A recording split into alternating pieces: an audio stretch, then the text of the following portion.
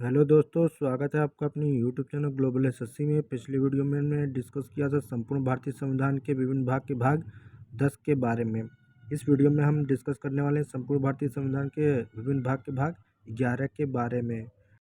तो आइए शुरू करते हैं। संघ तथा राज्यों के बीच संबंधों का से संबंधित अनुच्छेद 245 से 263 के बीच अनुच्छेद में दिया गया है, जो भारतीय संविधान के भाग 11 में वर्णित है।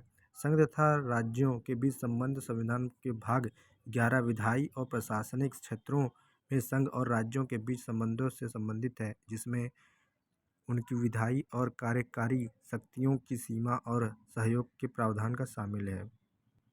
संघ और राज्यों के बीच संबंधों से संबंधित अनुच्छेद 245 से 263 के बीच है, जिसमें अध्याय 1 और अध्याय 2 आते हैं। अध्याय 1 में के अंतर्गत विधायी संबंध का वर्णन 245 से 255 के बीच है। अनुच्छेद 245 के अनुसार संसद और राज्यों के विधानमंडलों द्वारा बनाए गए कानूनों का विस्तार का वर्णन है। अनुच्छेद 246 के अंतर्गत संसद और राज्यों के विधानमंडलों द्वारा बनाए गए कानूनों का विषय वस्तु है। अनुच्छेद 246(1) के अनुसार वस्तु एवं सेवा कर के संबंध में विशेष प्रावधान है। अनुच्छेद 247 के अनुसार कुछ अतिरिक्त न्यायालयों की स्थापना का प्रावधान करने की संसद की शक्ति है। अनुच्छेद 248 के अनुसार विधान की अवशिष्ट शक्तियाँ का वर्णन है। अनुच्छेद 249 के अनुसार राष्ट्रीय हित में राज्य सूची के किसी मामले के संबंध में कानून बनाने की संसद की शक्ति का वर्णन है।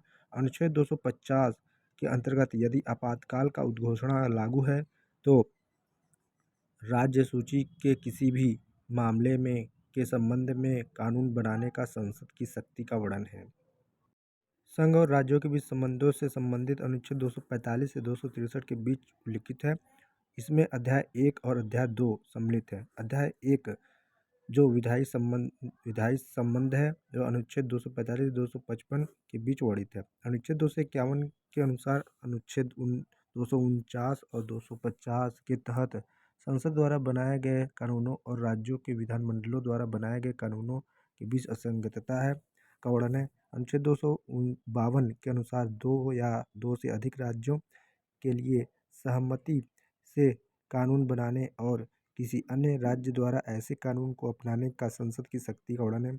अनुच्छेद 253 के अनुसार अंतर्राष्ट्रीय समझौतों को प्रभावी बनाने के लिए विधान होना इसमें वर्णित है। अनुच्छेद 254 के अनुसार संसद द्वारा बनाए गए कानूनों और राज्यों के विधानमंडलों द्वारा बनाए गए कानूनों के बीच असंगतता का वर्णन है। अनुच्छेद 255 के अनुसार सिफारिशों और पिछली स्वीकृतियों से संबंधित आवश्यकताओं को केवल प्रक्रिया के मामले के रूप में माना जाएगा का वर्णन है। संघ और राज्यों के बीच संबंधों से संबंधित अनुच्छेद 245 से 263 के बीच उल्लिखित है। इसमें अध्याय 1 245 to 255 के अंतर्गत आता है और अध्याय 2 प्रशासनिक संबंध से संबंधित है, जो अनुच्छेद 256 से 263 के बीच उल्लिखित है। अनुच्छेद 256 के अनुसार राज्यों और संघ का दायित्व का वर्णन है। अनुच्छेद 257 के अनुसार कुछ मामलों में राज्यों पर संघ का नियंत्रण का वर्णन है।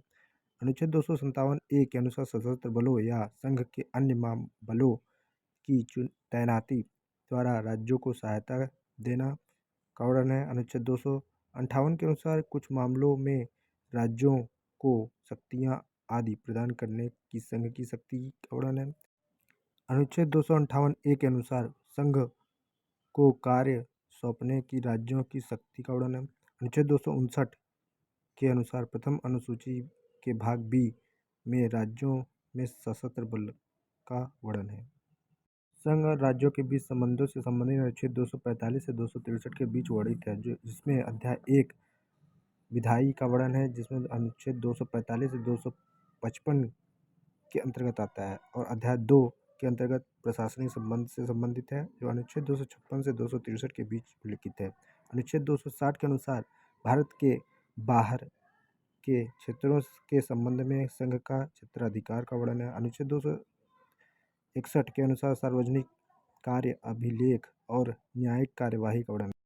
अनुच्छेद 262 के अनुसार अंतर्राज्यीय नदियों या नदी घाटियों के जल से संबंधित विवादों का न्याय निर्णयन का वर्णन है।